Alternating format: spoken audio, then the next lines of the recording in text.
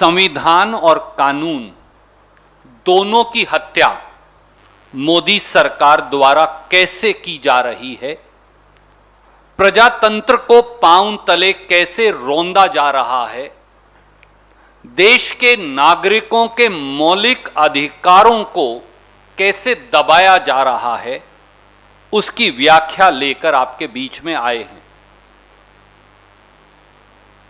मोदी सरकार ने देशद्रोह किया है। मोदी सरकार ने राष्ट्रीय सुरक्षा से खिलवाड़ किया है। श्री राहुल गांधी समेत देश के विपक्षी नेताओं, देश के सम्मानित अलग अलग मीडिया संगठनों के पत्रकारों और संवैधानिक पदों पर बैठे लोगों की जासूसी करवाई है। भारतीय जनता पार्टी का नाम बदलकर अब भारतीय जासूस पार्टी रख देना चाहिए। देश के लोग अब कह रहे हैं, अब की बार देशद्रोही जासूस सरकार। जिस प्रकार से अब सार्वजनिक पटल पर समाचार पत्रों और पोर्टल्स की खबरों से राष्ट्रीय और अंतर्राष्ट्रीय स्तर पर सामने आया है, मोदी सरकार इजरायली स्पाईवेयर पिगैसस के माध्यम से देश के सम्मानित न्यायाधीशों की, जजेस की, संवैधानिक पदों पर बैठे व्यक्तियों की, खुद के मंत्रिमंडल के शायद मंत्रियों की, विपक्ष के सम्मानित नेताओं की, पत्रकारों, वकीलों, ह्यूमन राइट्स एक्टिविस्ट्स की, उन सब की जासूसी करवा रही है। ऐसा लगता है कि मोदी सरकार ने स्वयं देश के संविधान पर हमला बोल रखा हो, कानून के शासन पर हमला बोल रखा हो, मौलिक अधिकारों पर हमला बोल रखा हो और संविधान की शपथ जो ली थी सरकार ने, उस शपथ को भी दबाकर उस पर भी हमला बोल रखा हो। मोदी सरकार खुद ही इजरायली जासूसी उपकरण पिगैसस के माध्यम से यह नृशंस कार्य कर रही है। और यह तो एक सैंपल है। पिगैसस सॉफ्टवेयर करता क्या है? यह किसी के भी टेलीफोन में उसकी मर्जी के बगैर उसे हैक करके उस टेलीफोन के कैमरा को हैक कर लेता है, उस टेलीफोन के माइक्रोफोन को हैक कर लेता है, सेलफोन के, उसके सारे पासवर्ड, कॉन्टैक्ट लिस्ट को हैक कर लेता है, और जो बात आप टेलीफोन पर करते हैं या टेलीफोन बंद भी हो, जो कैमरा या माइक्रोफोन के माध्यम से सुनी जा सकती है, वो भी गैर कानूनी नाजायज तरीके से इस पिगैसस सॉफ्टवेयर के माध्यम से सुनी जा सकती है। देशवासियों, आप में से किसी के टेलीफोन के अंदर भी नाजायज तौर से यह इजरायली सॉफ्टवेयर पिगैसस मोदी सरकार डाल सकती है। आपकी बेटी, आपकी पत्नी के टेलीफोन के अंदर यह डाल सकती है। आप अगर बाथरूम में फोन लेकर जा रहे हैं, अपने कमरे के अंदर शयन कक्ष में आपके फोन है, तो आप क्या वार्तालाप कर रहे हैं, आपकी बेटी, आपकी पत्नी, आपका परिवार क्या वार्तालाप कर रहा है, वो सब अब मोदी सरकार सुन सकती है, जिसके फोन के अंदर भी पिगैसस का सॉफ्टवेयर डाल दिया जाए। ये इसका परिणाम है। अगर यह देशद्रोह नहीं, अगर यह राष्ट्रीय सुरक्षा से खिलवाड़ नहीं, तो क्या है? और न्यूज रिपोर्ट्स तो अब यह भी कह रही हैं कि केवल पत्रकारों, विपक्ष के नेताओं और खुद के मंत्रियों के नहीं, देश की सुरक्षा एजेंसियों के जो हेड्स हैं, जो हमारी सुरक्षा करते हैं, जो देश की सीमाओं की सुरक्षा करते हैं, मोदी सरकार उनकी भी जासूसी कर रही थी। अरे किसी को तो बख्श दिया होता। राहुल गांधी जी की भी जासूसी, और खुद के मंत्रियों की भी जासूसी। आप जो कैमरे के आगे और पीछे हैं, आपकी भी जासूसी, और देश की रक्षा करने वाले हमारे सिक्योरिटी फोर्सेस के हेड्स की भी जासूसी। क्या किसी सरकार ने इससे ज्यादा शर्मनाक कुकृत्य कभी किया होगा? और इसके सबूत अब हैं।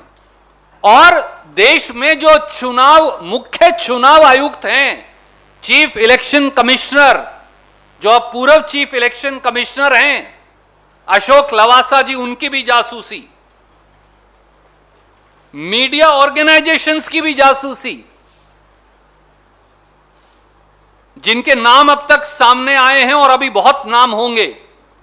हिंदू अखबार, इंडियन एक्सप्रेस अखबार, हिंदुस्तान टाइम्स अखबार, the Wire news agencies, the Mint अखबार, TV 18 India, India Today, Economic and Political Weekly, Pioneer, News Click, Tribune, Outlook, DNA, Frontier TV, Rozana Pehredar और पता नहीं कौन कौन, इन सब की जासूसी।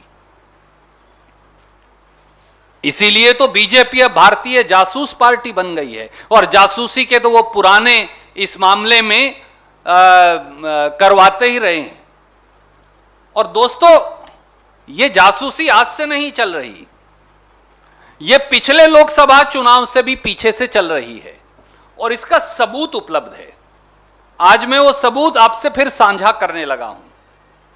अगर आप इस जासूसी को देखें तो सर्ट इन, जो भारत सरकार की एजेंसी है, ये रिपोर्ट अब अवेलेबल नहीं है, ये उतार ली गई है, मैं इसकी प्रतिलिपि आपको भेज रहा हूं।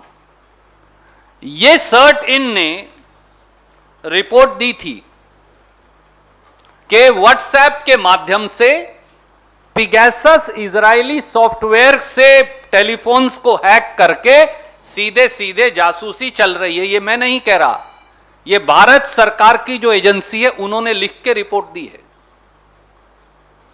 और इसमें उन्होंने बाकायदा लिखा, original issue date is May 17, 2019. A vulnerability has been reported in WhatsApp which could be exploited by a remote attacker to execute arbitrary code on the affected system. और ये बाकायदा ट्रैकर न्यूज और सब कुछ इसके अंदर दिया है।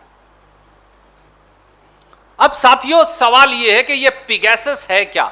ये एक इजरायली कंपनी है NSO, और ये कहते हैं कि हम ये सॉफ्टवेयर केवल और केवल सरकार को ही बेचते हैं और किसी को नहीं। कोई कह सकता है भैया ये तो सरकार, मोदी जी ने तो खरीदा नहीं होगा, तो मैं इसलिए उनकी वेबसाइट का भी आपको रिलीज कर रहा हूं, ये पिगैसस NSO की वेबसाइट से। और उन्होंने साफ तौर से कहा, NSO products are used exclusively by government, intelligence and law enforcement agency to fight crime and terror. Modi ji, Rahul Gandhi ji के फोन की जासूसी करवा के आप कौन सा क्राइम और टेरर से लड़ाई लड़ रहे थे? Hindu, Indian express, TV 18, India today, frontier TV, wire, news click, इनकी जासूसी करवाकर आप कौन से टेररिस्ट से लड़ रहे थे? आप हिंदुस्तान के चीफ इलेक्शन कमिश्नर की जासूसी करवाकर कौन से उग्रवादी से लड़ रहे थे? आप एसोसिएशन फॉर डेमोक्रेटिक रिफॉर्म्स के जगदीप छोकर साहब की जासूसी करवाकर कौन से उग्रवादी से लड़ रहे थे? और अब सामने आएगा, अब अपने खुद के कैबिनेट मंत्रियों की जासूसी करवाकर कौन से उग्रवादियों से लड़ रहे थे?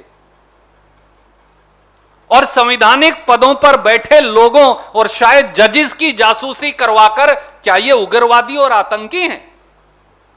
और राहुल गांधी जी के स्टाफ की जासूसी करवाकर, अब 5 लोगों के, उनके स्टाफ के भी नाम सामने आए, तो आप कौन से उग्रवादी से लड़ रहे थे? क्योंकि ये पिगैसस का सॉफ्टवेयर तो केवल आपको बेचा गया, सरकार को बेचा गया और आपने खरीदा। और तीसरा हिस्सा,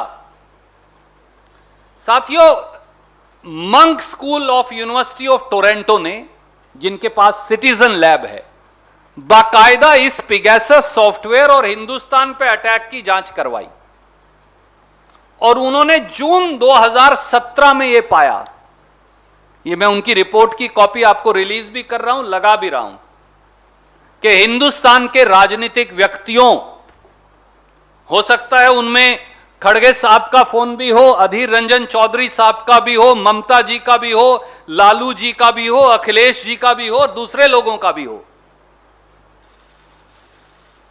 उन सबको अटैक किया गया था 2017 में पिगैसस सॉफ्टवेयर के माध्यम से। यह वो रिपोर्ट की कॉपी है जो मैं आपको रिलीज कर रहा हूं। और इतना ही नहीं साथियों, इस पिगैसस सॉफ्टवेयर से इंटरनेट और ब्रॉडबैंड को भी इन्फेक्ट कर दिया गया। यानी इस देश के लोग अपने टेलीफोन पर, यूट्यूब पर क्या देखते हैं, आपकी बेटी, आपकी पत्नी, आप स्वयं, आपका बेटा ब्रॉडबैंड पर, यूट्यूब पर, टेलीफोन पर क्या देखते हैं, क्या सर्च करते हैं, उस पर भी मोदी सरकार नजर रख रही है। और जो ये मैं नहीं कह रहा, ये भी सिटीजन लैब रिपोर्ट में आया और उन्होंने कहा कि जो कंपनियां इन्फेक्ट की उन्होंने इंटरनेट की, वो है भारती एयरटेल लिमिटेड, महानगर टेलीफोन निगम लिमिटेड, खुद की सरकारी कंपनी को भी नहीं बख्शा, नेशनल इंटरनेट बैकबोन, सब कुछ उसी पे चलता है, एनआईसी, कोर्ट की प्रोसीडिंग से लेके सरकार की सब कार्रवाई, हर डिपार्टमेंट की कार्रवाई तो एनआईसी पर चलेंगी। Hathway cable internet, Star broadband services, Atria convergence technologies private limited, ये कागज भी मैं आपको रिलीज कर रहा हूं, ये सब भी इन्फेक्ट हो गया। और आज भी मोदी सरकार झूठ बोल रही है। आज भी आईटी मंत्री ने कह दिया हमारा तो कोई लेना देना ही नहीं, एनएसओ और पिगैसस को हम तो जानते ही नहीं, उन्होंने तो बयान ही दे दिया। शायद मंत्री जी, अगर आप कांग्रेस के कॉलिंग अटेंशन में पुराने आईटी मिनिस्टर का 28 नवंबर 2019 का जवाब पढ़ लेते तो इतना झूठ संसद को ना बोलते। यह मैं इस देश के फॉर्मर आईटी मिनिस्टर रविशंकर प्रसाद का संसद का जवाब दिखा रहा हूं आपको, जो कांग्रेस के कॉलिंग अटेंशन मोशन पर राज्यसभा में उन्होंने दिया। और वहां उन्होंने 3 बातें मानी। पहली बात कि 121 आदमियों के नाम उनके पास आए हैं हिंदुस्तान के, जिनके टेलीफोन को पिगैसस इजरायली जासूसी यंत्र से हैक किया गया है। यह मैं नहीं कह रहा, मैं आपको दिखा देता हूं। यह मंत्री जी ने मान लिया और संसद के पटल के ऊपर मान लिया कि 121 नाम तो उनके पास है। तो जब मिनिस्टर ये कह रहे हैं कि मेरे पास 121 नाम हैं, तो फिर आज आईटी मिनिस्टर ये क्या कह रहे हैं? दूसरा, उन्होंने ये माना कि एनएसओ को नोटिस दिया गया नवंबर 2019 में, यह भी उन्होंने मान लिया। यह है अभी तक व्हाट्सएप ने हमें 121 नाम, ये देखिए, तो ये तो खुद ही मानते थे।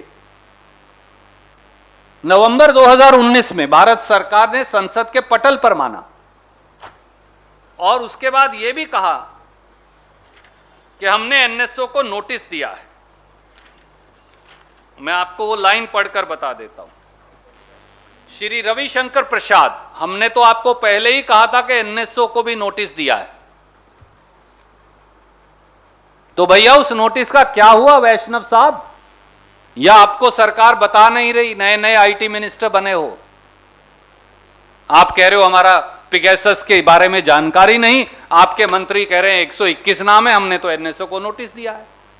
अब कौन सा मंत्री झूठ बोल रहा है? पुराने वाला झूठ बोल रहा है या नया वाला झूठ बोल रहा है? इसलिए हमारे सीधे सीधे 6 सवाल हैं और आदरणीय खड़गे साहब और उसके बाद अधीर रंजन जी अपनी बात कहेंगे। पहला,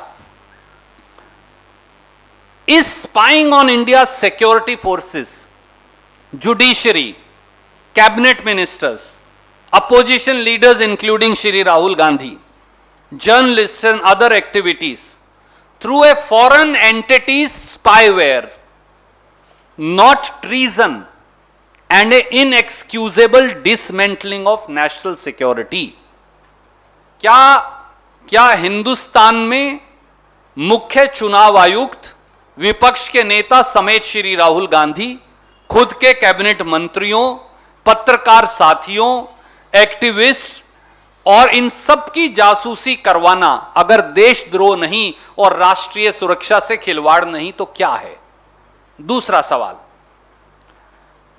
क्या 2019 के लोकसभा चुनाव से पहले और उसके बाद प्रधानमंत्री श्री नरेंद्र मोदी जी और उनके गृह मंत्री अमित शाह जी और उनकी सरकार जासूसी करवा रही थी? और तीसरा, भारत सरकार ने यह इजरायली जासूसी सॉफ्टवेयर पिगैसस कब खरीदा? क्या इसके लिए होम मिनिस्टर अमित शाह जी ने अनुमति दी या प्रधानमंत्री जी ने अनुमति दी? और कितना हजार करोड़ रुपया खर्च हुआ या कितने सैकड़ों रुपया खर्च हुआ और वो पैसा कहां से आया? चौथा, अब यह साफ है कि अप्रैल मई 2019 में, यह देखिए, यह सर्ट इन की रिपोर्ट है, भारत सरकार को इस सॉफ्टवेयर की जानकारी थी। तो 2019 से 2021 के बीच में मोदी जी अगर आपको जानकारी थी तो आप और अमित शाह जी चुप क्यों रहे? भारत सरकार ने रहस्यमयी चुप्पी, षड्यंत्रकारी चुप्पी क्यों साध रखी है? और पांचवां सवाल, देश में आंतरिक सुरक्षा के जिम्मेवार तो अमित शाह हैं, तो माननीय अमित शाह को एक सेकंड भी क्या अपने पद पर बने रहने का अधिकार है? उन्हें बर्खास्त क्यों नहीं किया जाना चाहिए? क्योंकि यह सब तो उनकी देखरेख में हो रहा है। जासूसी कांड जो है इस देश का, वो तो अमित शाह जी की देखरेख में हो रहा है। और आखिरी, क्या प्रधानमंत्री की भूमिका की जांच नहीं होनी चाहिए? आज देश के प्रधानमंत्री खुद और गृह मंत्री खुद अगर लोकतंत्र में विरोधी पार्टियों के नेताओं की जासूसी करना और बहुत से पत्रकारों के पीछे भी जासूसी करना, इतना ही नहीं खुद के मंत्रियों का भी उन्होंने जासूसी कर रहे हैं, इसका सबूत मिला है और वो आपके सामने तफसीली के साथ वो रखे हैं। यहाँ तक भी नहीं, हमारे राहुल गांधी जी के, उनका भी जासूसी उन्होंने किया है। और अभी कितने लोग आते मुझे मालूम है, कांग्रेस के, दूसरे पार्टी के और उनके खुद के पार्टी के। तो इसकी जांच होने से पहले मैं तो ये कहूँगा, खुद अमित शाह साहब रिजाइन करना चाहिए, मोदी साहब की इंक्वायरी होना चाहिए। अगर आप लोकतंत्र में विश्वास रखते हो, अगर लोकतंत्र के उसूलों से चलना चाहते हो, संविधान के तहत इस देश को चलाना चाहते हो, तो आप इस जगह पे रहने के काबिल नहीं है। हम इसलिए नहीं कह रहे कि वो अधिकार में है और हम अपोजिशन में हैं, इसीलिए ये बात नहीं कह रहे। जब सबूत हमको मिला और बहुत से पत्रकारों के, जैसा कि सारे नाम उन्होंने बताया, जो भी हमारे प्रिंट मीडिया है, टीवीज है, सारे के नाम बताया, फिर मैं दोहराना नहीं चाहता हूँ। इन सबको, ये क्या सब टेररिस्ट है? अरे जो नेशनलिस्ट पेपर आज़ादी के पहले देश की सेवा के लिए, देश के आज़ादी के लिए लड़े हुए न्यूज़पेपर्स हैं। अब हिंदू लो, इंडियन एक्सप्रेस तो फ्रीडम ऑफ एक्सप्रेशन के लिए लड़ा हुआ पेपर है। और ऐसे कहीं सबका मैं एक दो कहकर ये नहीं कहता कि जो नाम उन्होंने बताया वो सभी पेपरों में सत्यता को बाहर निकालने के लिए कोशिश की है, उनके पीछे आप गिरे हो। और जो सैनिक देश के लिए लड़ रहे हैं और उसके मुखिया हैं, उनके पीछे भी आप लगे हो। एक तरफ देशभक्ति की बात करते हो और दूसरे तरफ जासूसी लगाते हो उनके पीछे। ठीक है, अगर आपके मंत्रियों के पीछे जासूसी आपको करना है तो कर लो, क्योंकि आपकी अगर तक पलटती है या कोई कुछ कर रहा है तो आप, लेकिन ये लोग क्या करें? ऐसा तो कुछ भी करना इस लोकतंत्र में ठीक नहीं है। लेकिन आज मोदी जी उस एजेंसी को अपनाकर उस इजरायली एनएसओ एजेंसी को सब बोलते कि कॉन्ट्रैक्ट गुत्ता देकर कि भाई तुम इनका पीछा करो और उनका पूरा सत्यानाश करो, प्राइवेसी खत्म करो, अंदर उनके घर में क्या चल रहा है और उनके पार्टी में क्या चल रहा है और सदन में वो लोग क्या करना चाहते हैं, ये सारी चीजों को खुद सुपरवाइज कर रहे हैं।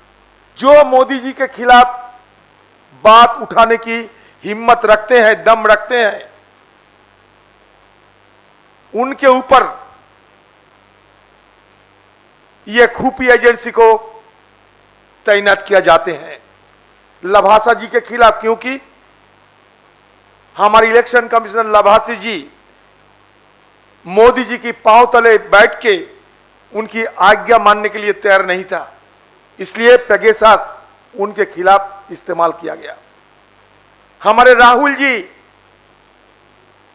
जी एक बात कहते कि हम मोदी जी को नहीं डरते, हमारे देशवासियों के लिए जो सच्चा है वो हम बोलते रहेंगे, चाहे कुछ भी हो। और ये कुछ भी होते हुए उन्हीं की परिवार के इंदिरा गांधी जी, राजीव गांधी जी को शहादत लेने पड़ी और उनकी परिवार के एक सदस्य के ऊपर आप खुफियागिरी कर रहे हैं, उनको उग्रवादी सोचते हुए उनके खिलाफ आप ये खुफियागिरी कर रहे हैं, पेगासस को इस्तेमाल कर रहे हैं। बताइए, हिंदुस्तान के लोग राहुल गांधी जी को, मोदी जी को अच्छा नहीं लग सकते? राहुल गांधी जी आपके खिलाफ सच्चा बात हिम्मत लेके कहते हैं, आपको पसंद नहीं होते हैं, हम जानते हैं, लेकिन इसका मतलब यह नहीं कि जिस परिवार हमारे देश के लिए कुर्बानी दिए हैं, जिन परिवार के लोगों ने, उन्हीं परिवार के सदस्य के ऊपर ये खुफियागिरी हो रहे हैं, देशवासी इनको मान्यता देंगे? तो इसलिए हम ज्यादा बोलते ना हुए, हमारे पार्टी की तरफ से लोकसभा के अंदर ये मसला हम उठाएंगे, जोर शोर से उठाऊंगा। आज गोलमोल तरीके से मंत्री जी एक बयान पेश किए हैं, बयान पेश करते ही वो भाग के निकल चुके। लगता है कि सूट और स्कूट पॉलिसी अपना रहे हैं। सदन के अंदर नियमों के मुताबिक जब मिनिस्टर की स्टेटमेंट होती है, ये स्टेटमेंट तुरंत सदन में ले किया जाते हैं। बिना ले किए गए मंत्री चले गए अपना स्टेटमेंट सदन में रखते हुए, हम लोग बाद में उनका स्टेटमेंट निकाला स्पीकर साहब से बात करते हुए। सबसे बड़ी बात यह है कि हमारे पार्टी की मांग यह है कि ये पेगासस को इस्तेमाल करने के लिए जिनको जिम्मेदारी लेना चाहिए, हमारे हिंदुस्तान के अभी की वो होम मिनिस्टर साहब अमित शाह जी, ये अमित शाह जी को इसी वक्त इस्तीफा देना चाहिए। अगर हिंदुस्तान की सरकार की कोई मोरालिटी बचे हुए है, कोई नैतिकता बचे हुए है, तो तुरंत अमित शाह जी को रेजिग्नेशन देते हुए हिंदुस्तान के लोगों को सामने अपने को पेश किया जाए। ये मांग रखते हुए अगले तारीख में सदन के सब विपक्ष पार्टियों को एक साथ हमारे आवाज बुलंद करेंगे। यही कहते हुए मैं अपना वाणी को विराम देता हूं। सच बात यह है कि पूर्व आईटी मिनिस्टर अब अपनी झेप मिटा रहे हैं क्योंकि उनको समरी डिसमिसल मोदी जी ने कर दिया। और मैंने जो आपको पढ़कर सुनाया है ये पेज 78 से लेकर और पेज 125 तक, अगर कुछ था ही नहीं तो आईटी मिनिस्टर इतना लंबा लंबा जवाब क्यों दे रहे थे? रविशंकर जी वो भूल गए हों, पर ये तो संसद के राज्यसभा के पटल पर रिकॉर्ड है, 28 नवंबर 2019 की प्रोसीडिंग। और यहां पर उनकी क्या क्या मीटिंग हुई, किस किस से हुई, उसकी डिटेल्स भी यहां पर हैं। तो इसलिए केवल अगर जंगल में शेर आया तो आंख बंद करने से शेर नहीं चला जाएगा। आप संविधान की हत्या कर रहे हैं, मौलिक अधिकारों का हनन कर रहे हैं, संविधान की शपथ जो ली थी उसको रौंद रहे हैं, और आप देश की सुरक्षा एजेंसियों के प्रमुख की, कॉन्स्टिट्यूशनल अथॉरिटीज की, लीडर्स ऑफ अपोजिशन की, अपने खुद के मंत्रिमंडल के साथियों की जासूसी करवा रहे हैं। कहीं रविशंकर जी का टेलीफोन ही ना निकल आए बाद में, तो इसलिए उन्हें कहिए ख्याल से रहेंगे।